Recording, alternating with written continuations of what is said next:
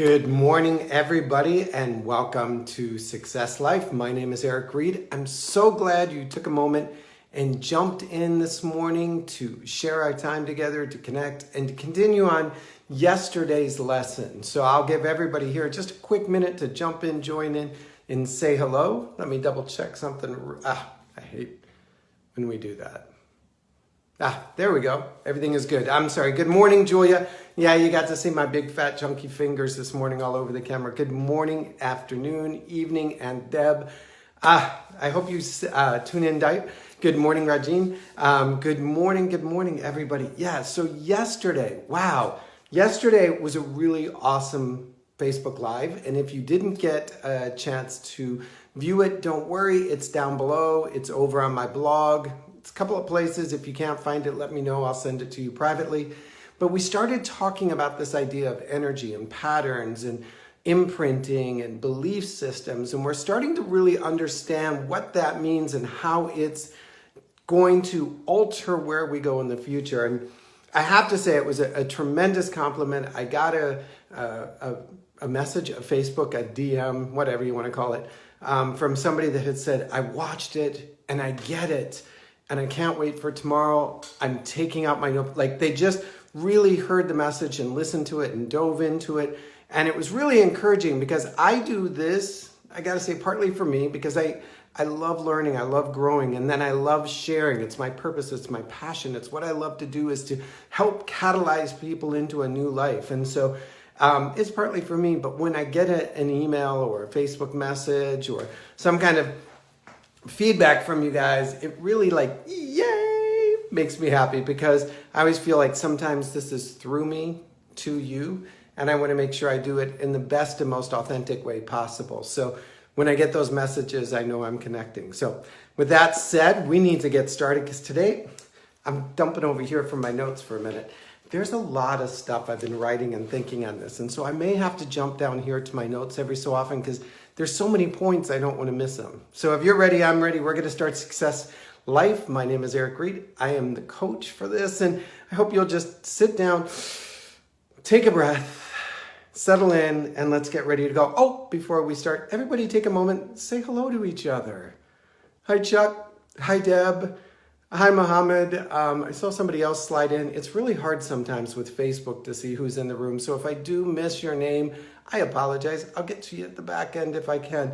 So yesterday we were talking about energy and that all thought is energy and all behavior is all energy, and that we are all agreed that energy is where we come from and where we return to, and everything in between is just simply energy manifested in a different way. It is us moving a thought into reality, is the creation from energy into physical form. And we have to agree that we spend a lot of time up here and that there's a lot of energy that goes on down here in our life center.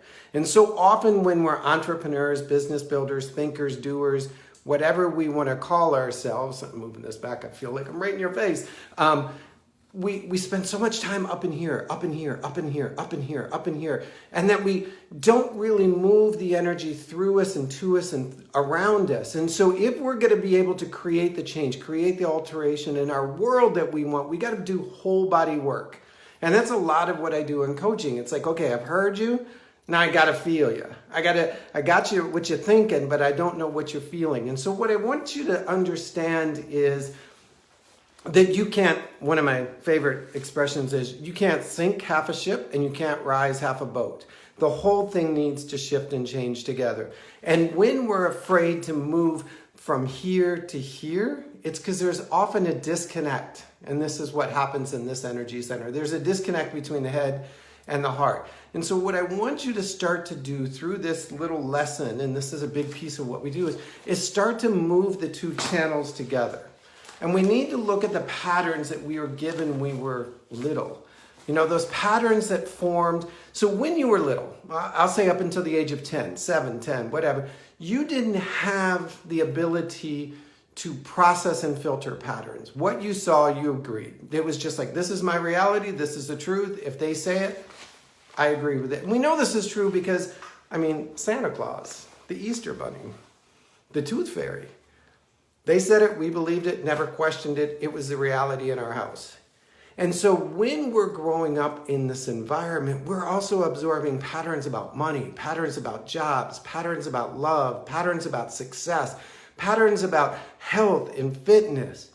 And we start to take those things and we bury them inside and we use them as our reference points and our recorder, and we start to build our life around it. And we talked yesterday about first we make our beliefs, and then our beliefs make us. And what I mean by that is first we take in these beliefs and we start to store them and hold them and live within them. And then they start to become manifested in our world. And so when you see that pattern of success go bloop, bloop, and it drops off, this is us trying to hit that pattern breakthrough. And we don't, because we only think of it up here. We think of it in the affirmations and the journals and the fancy quotes and all of the words that we use up here, but we never go back in here, down here, into our heart, into our learning, into our gut, where we first learned the process. We didn't intellectually understand why mom behaved the way she did, or why dad talked about money the way he did, or why grandpa or grandma behaved the way they did. We didn't intellectually process that information. We just simply absorbed it and stored it. And so as we grow up and as we begin to try and change our lives, we sit there and we try and solve the problem from here and not go all the way through the work. And so I want to give you a couple examples. Yeah, I'm jumping over the notes. So for instance, like the expression, you all know this, hard work equals, go ahead and drop it if you got it, success. And so then we understand this idea that if we're not working hard, then we must not be successful. Or the only way to be successful is through hard work. And if we're not toiling and troubling and tormented, then we're really not in success, and we're really not worthy of what comes from the result of those actions, because it came too easy, too natural, too effortless. And that's not what success is about. You have to suffer and pay the price.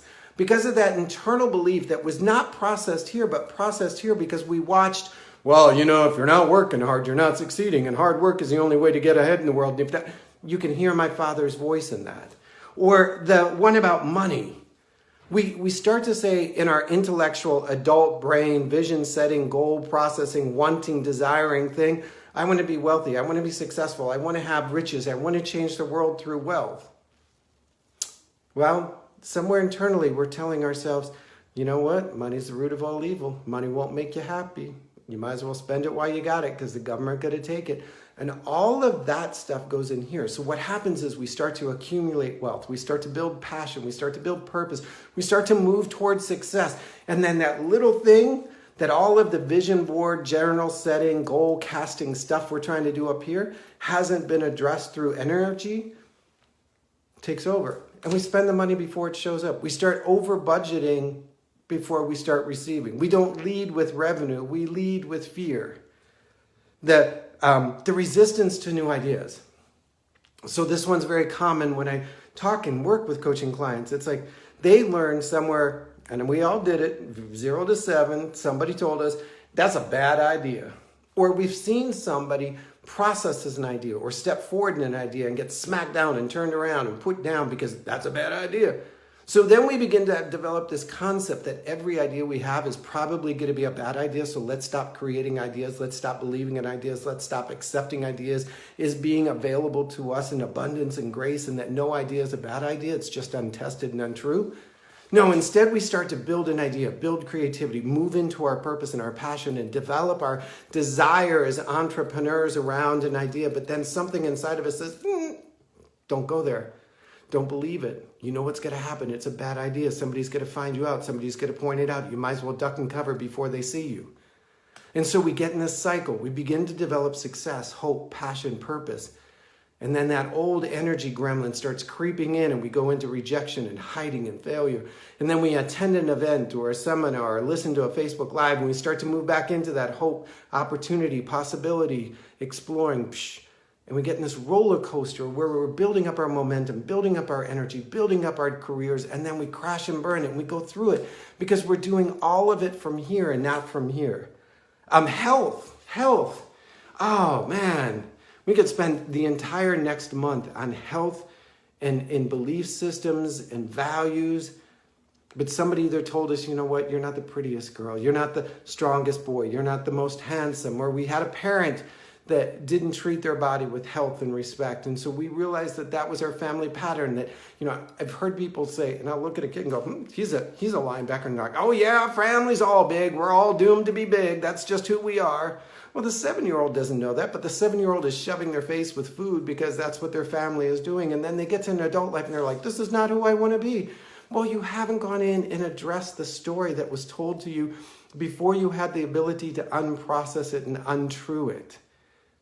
And so we have to be willing to go back. And I'm not talking about, healing the inner child or, adult regression into therapy. I'm saying that we cannot continue to work within our head. We have to begin to understand that we are energy beings. And that until we start to work on the whole self, the whole energy, the whole thought, the whole belief system, we're going to get stuck in a pattern of going and failing, going and failing, going and failing. I'm checking in here. So hard work, we talked about money and wealth. People that spend money before they earn it. And you see this over and over again because you'll watch the statistics about people that win the multi-million-dollar lottos. And then within a matter of time, they're broken out of it. Time to put my vision board back up. Yes, Margaret, and we're going to talk about that too. But they'll start to develop, they'll have all this wealth, and then you'll look at them 5-10 years later, and they're broke and homeless because they didn't change that imprinted belief, that imprinted value, that imprinted knowledge. They only started to act and behave externally. And so what I want to, I'm just double checking, sorry, got to go through it. So what I want you to do, and this is sort of the beginning of an exercise that may have to go on until tomorrow, is I want you to look at your vision board, look at your goal board, look at your journal, look at something that you said, this is where I want to succeed. And this is where I failed in the past. And that was your homework from yesterday. Then I want you to sort of just take a moment, and I'm probably going to do the rest of this closed eyes so you can talk about me behind my back. I want you to take a moment and just see it. And then ask, when did I first fail on it? And you may say last week, last month, last spring. When before that? When before that? And start to go back in your timeline, go back in your brain timeline. And it's not hard to do, because if I asked you right now, picture, I don't know, the Eiffel Tower. Your brain could go there in a heartbeat. The same energy that took you from here to the Eiffel Tower when I said it is the same energy I want you to use to take yourself from here back to the past, back to the past, back to the past. When have I, and then ask yourself, where did I first develop this belief about health and fitness? What was my mother's belief about health and fitness? What did she say? What did she value? How did she reflect it? Was she a healthy individual? Was she a confident individual? Did she have strong body image? Did she believe in herself? Did people talk positively and did she receive it? What about my dad? What about my older siblings? What about grandparents? What was the table like when I was 4, 5, 6? What did we eat? How did we talk about food? Was I rewarded with food when I was little for doing a great job? You get it? Once you go back and figure out where you first connected with that thing called food that's now become your enemy, that you're always trying to challenge and knock down and beat away and crush. If money is your challenge, and you're trying to beat it down, crush it, knock it out, and blow it up, then go back and ask yourself the same question. What is my relationship with money? Where did I learn about this relationship? Where did I see this relationship acted out? How did my family handle money? What did my parents say to each other about money? How was I trained to treat money? How was I trained to see money? Was my job, my energy for work, in exchange for money? And did I believe that because I didn't have a good job, I wouldn't have good money? Or is money and job so closely related that I find money only available through a job, J-O-B? Ask yourself the same thing, whether it's relationships. Why am I struggling with my relationship? Why is that always on my goal chart? Why is this something I'm always trying to alter and change? What is the resistance? Why am I failing? What is my relationship with relationships? Was my parent absent? Was my mother available? Was my dad not available? Did I see divorce and disharmony? Did I see breakdowns around me? What did I learn about relationships? And think in that 0 to 10, and even pre-0 if you could. And I say pre-0, and somebody's like, what do you mean pre-0? Well, was I born into a marriage that had already fallen apart? Was I a child of a single family? What did that tell me about relationships and about marriage and about commitments and all of that? And see what I'm saying is, and I know this gets really deep and very complicated and all kinds of gooey and mooey and mushy, but what I want you to see is that you have a belief system that didn't get built here. It got built down here, into your heart, into your gut, into your feeling, into your knowingness. That some of our belief systems that we're trying to change happened up here intellectually, that we learn them by learning them. But others we learn by feeling them and knowing them and experiencing them and being around them and being in them. And they cling to us like clothing and words and images and sounds and feelings.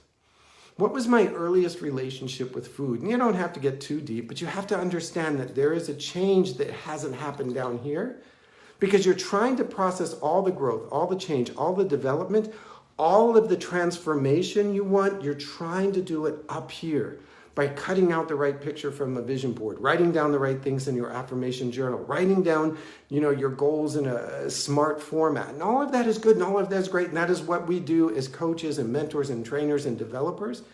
But I also know that when I'm working with a client and I see a pattern and a pattern and a pattern and a pattern, it's like, man, every time you get here, bloom. Every time you get here, bloom. Every time, like when we talk about it, I can see the pattern that you're pushing up against something that is not yielding and breaking and giving away to you.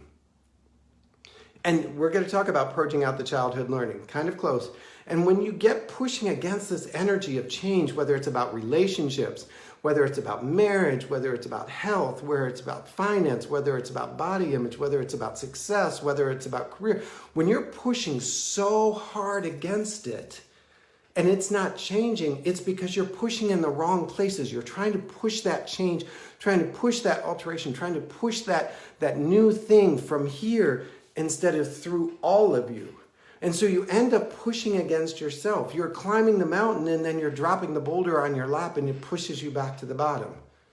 And so what you have to do, and so the other part of the exercise, and we may go back over it again tomorrow, is you have to first see it. You have to go in there and you have to use that time travel mind that we have built in. Like, what did I know or feel about food and my family? And you sit in silence and you just wait for that feeling to come up. Let the intuitive, the soul, the divine self talk and oh man. I almost do the drone thing is the way I see it. Man, now that I see it, my mom withheld food from us. If we were bad or if we didn't do what we were told or if we misbehaved, we would be sent to our room without dinner.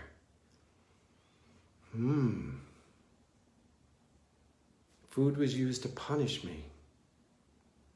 In my house, if you did something unlikable, unlovable, you didn't get dinner. You didn't get the treat. You didn't earn dessert. And as a kid, now I think about that. I think, man, they must not love me because I didn't get dessert. They must not care about me because I got sent to my room without dinner. I'm unlovable. I'm not worthy of love. I'll show them. I'll make up for all the lost love and all the lost disappointment and all the missed desserts and being sent to my room because I was bad and unlovable. I'll start to find love through other people and other vehicles, and I will never be denied love. I will never be denied food. Now, that's just an example of what happens. But that's a very natural pattern in 0 to 7-year-old lives in some people. And so where does it show up later? They end up using that food. They use that reward system of sweets and treats and food and love. And it all becomes meshed and connected. And it all becomes part of who they are. And as they grow up, they say, I'm not going to be a fat, chunky little man. I'm going to be, bold and strong and fit. And so I'm going to go to the gym and I'm going to go, be on a diet plan. I'm going to hire a personal trainer. I'm going to do all of this stuff up here. And they start to develop success. They start to move in the right direction. They start to gain momentum. And then what happens? Bloop. They fall off the radar. They develop a physical injury that they can't go to the gym, and they start to eat, or they start to binge at night, or they set in cheat days into their diet schedule. Why? Because this thing down here, this feeling, hasn't been dealt with. They start to talk about money, and I want to develop money, and I want to have money, and I want to be successful, and I want to be able to impact the world through money, and I want to make tremendous change in the world, and I use money as a vehicle. Well, first understand money is just energy. We took the energy of work, and it was transferred into money, and then we take that money, and that money energy becomes a schoolhouse or a clinic or a ministry or whatever it is. It's all just a continuation of energy, and it just keeps getting transformed and transmuted and altered. And so then I start to think about, what was my family like with money? Why is it that I always struggle to be wealthy, successful, to have money, to save, to put down bills, all of that? Why do I struggle with it? Where have I seen it in my life? And I start to creep myself back and travel back in time. And then I see my family, and I can clearly, and this is personal, I can clearly see the image of my stepdad who raised me, taking his gray box, it was a little gray money box, out of the top shelf in the kitchen and setting it down on the table. And he would open it up, and in there were all the bills for the month and the checkbook and his little ledger sheet. And you could just hear the house go silent. Because any minute now we would hear him scream about the electric bill being too big, or the water bill, or goddamn, how come we don't have what we're supposed to have? I work all week and this is all we got left after I pay these bills. And the tension and the energy and the frustration around money, and how my mother would flee from the room because she doesn't want to have the discussion for the millionth time about how he just has to accept that kids take showers every day. And I start to process that and understand that money in our house was a topic we don't talk about, we don't own, we don't want to be around, we don't want to know about money.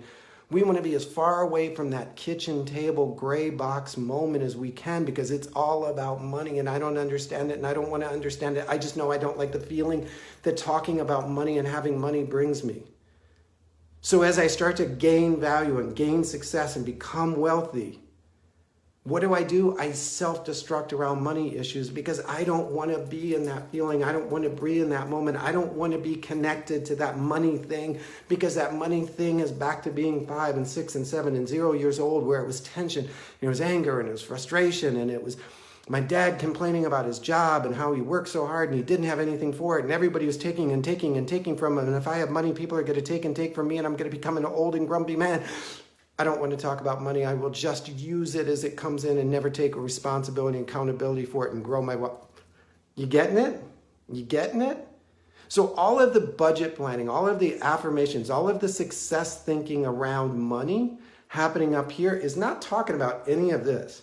It's not undoing the energy and the feeling and the connectiveness to it and all of that crud that's still perking and bubbling and growing inside of me.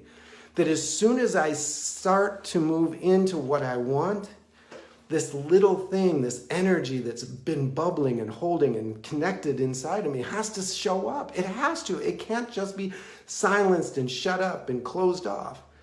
And so it manifests as a self-defense mechanism, just like it did when I was 7 and I ran to the back of my bedroom so I wouldn't have to hear the money conversation, or the food that would be stashed in a closet because I didn't have to worry about going to bed without food. It has to show up because it's there to protect me. It doesn't know life has changed. It only knows that I still feel that way around that conversation. And until I can stop feeling that way, it has to do its job. Are you guys getting it? Did I go like too far to the left? I worry about when I talk about this on a Facebook Live type thing, because it is somewhat unusual and it's somewhat non-traditional and it's not safe and comfy and cozy. So give me a thumbs up, give me a number 1, tell me we're on track, we're okay, we're making progress, we're growing, we're seeing this. Because tomorrow I'm going to talk about how to just get down there and push that energy out. Good morning, Brenda. Hello, Thomas. I see a couple other people bumped in. I appreciate you. So when you look at your vision board, when you look at your goal sheet, when you look at your success map, whatever you want to call that thing that you're trying to get to, find one thing that's been reoccurring on the list, whether it's money. Charles, the transparency is refreshing. Oh, hope you were referring to other non-transparent people, not me. I'm just going to take that. when you find that one thing, whether it's money, whether it's fitness, whether it's house, whether it's exploring new ideas, making a commitment to a decision, whatever that one thing is that you say, yo, I'm gonna do it, this time's gonna be different. If this time's gonna be different is anywhere in that sentence, that's the one that I want you to pull out. Now you may have 4 or 5 things, that's totally cool, totally cool. When I go through this as a coaching exercise with clients that bring me into coaching through this, we might go through like 15 different areas. There's like 20 that I kind of know always happens. The past always reflects our present. The unevaluated, unreflected past will always plow a field in our future. And so we might start with money and then we break it down to fitness and health. And so we don't feel like you have to do them all at once and don't feel like you have to have more than one. But if it's the money one, we'll just make that one easy. I want you to, again, go through that time travel. Use the energy that you have that I can say, let's go to New York City, and you all are standing there in Times Square in the moment and say, oh, okay, so now let's go back. Where did I see this pattern start up? How long have I seen this pattern? Where did this pattern begin? And then sort of jump in time and somewhere pre-10, because pre-10, and if you have kids, you know that they just take things as fact. Santa Claus, Easter Bunny, Christmas, whatever. They take it all as fact and they don't really intellectually process it. They experience it. That's what early childhood is about, the experience, and they processing and they learning and they, you know, I remember when my kids were toddlers, everything had to go in their mouth. And I was like, why? And it's like, because that's how they're processing it. Is it touchable, smellable, feelable, tasteable? So I want you to go back to that 0 to 10, pre-10 if it applies, or pre-0 if it applies. And see yourself sitting sort of watching yourself over the shoulder and ask, wow, what does mom think about money? What did my mom say about money? How did my mom behave regarding money conversations? What did my mom do to earn money or not earn money or save money or not save money? What was the conversation that I had with my mom about money? And then my dad, my grandma, my grandpa, and the people that had influence and impact on your life. What was my community's belief about money? What was my cultural's belief about money? How did I feel when I heard the word money discussed? Did I think it was unattainable because we were poor mouth talkers? Did I always hear that you're always going to have to struggle and you'll never have enough? Did that build a sense of what? How did I feel? And I want you to start, as you analyze it, go, how did I feel? Not do, did. How did I feel when I heard that? And listen and hold there for a minute. And breathe in there for a moment. Be like, okay. Money was the root of all evil. Exactly. I mean, we learned that before we learned our ABCs in some families. And so, therefore, if I have money, I must be evil. In order to be a good person, I should have no money. Because I want my mother and my dad and my preacher and my community to love and honor and worship and support me. And so to do that, I must stay stuck in a no money mindset. Because as soon as I become money, wealth, opportunities, finance, I become evil.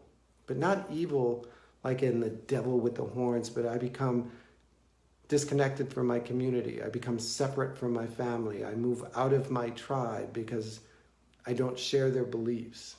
Do you see it? You see it? You guys hear this? This is what coaching is like. This is what happens in some of our coaching sessions. So now that you have that image of being moved out of your tribe, moved out of your community, moved out of yourself, moved into distant, you can see how this pattern, good morning, Carl. I hope I'm doing good, Carl, because you are my coach and mentor. You need to tell me if I'm connecting here.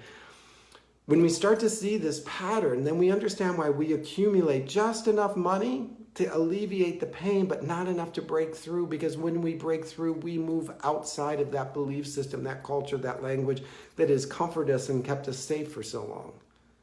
And that new and unexplored territory is dangerous and frightening and scary. All right? But trust me, you're okay. You're safe. You are not 7, 6, 5, 4, 3, 2, 1. You're not 10, 9, 8. You're a grown and healthy and strong adult. What got you here is what got you here. It's not going to take you to where you want to go. Old patterns need to be dissolved to create new beliefs and new systems. You're okay. You're safe. So go ahead.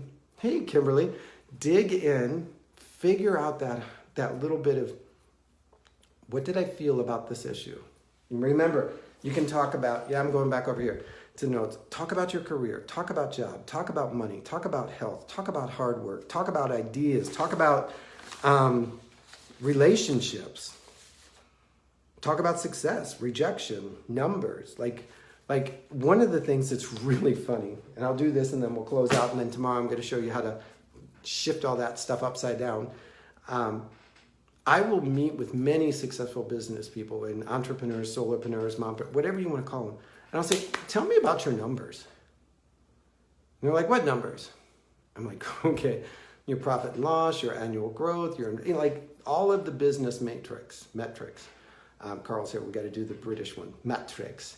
And I'll start to ask them, and they like have no clue. And it's not because they don't have any clue. But they realize that as soon as they have that accountability chart in front of them, as soon as they have those numbers real, then somebody's going to ask them questions about it. And if they make one mistake in the answer, then that proves that they're not a big, successful entrepreneur, business owner, Superman. So I'm not going to know my numbers. I'm not going to know my value. I'm not going to know my business. I'm not going to know all that. I'm going to create this kind of feeling about business. I'm going to be one of those inspired business owners that we just create good and change in the world. Well, you know what? That's foolishness. You have been given stewardship over a business and the wealth and the resources that come to it, and it is your responsibility to know them, manage them, and grow them so that you can do more, bigger, better for the mission that you've been called into. But because of that fear, because of that block, because of something that went on somewhere about numbers and accountability and truth, they've learned to just...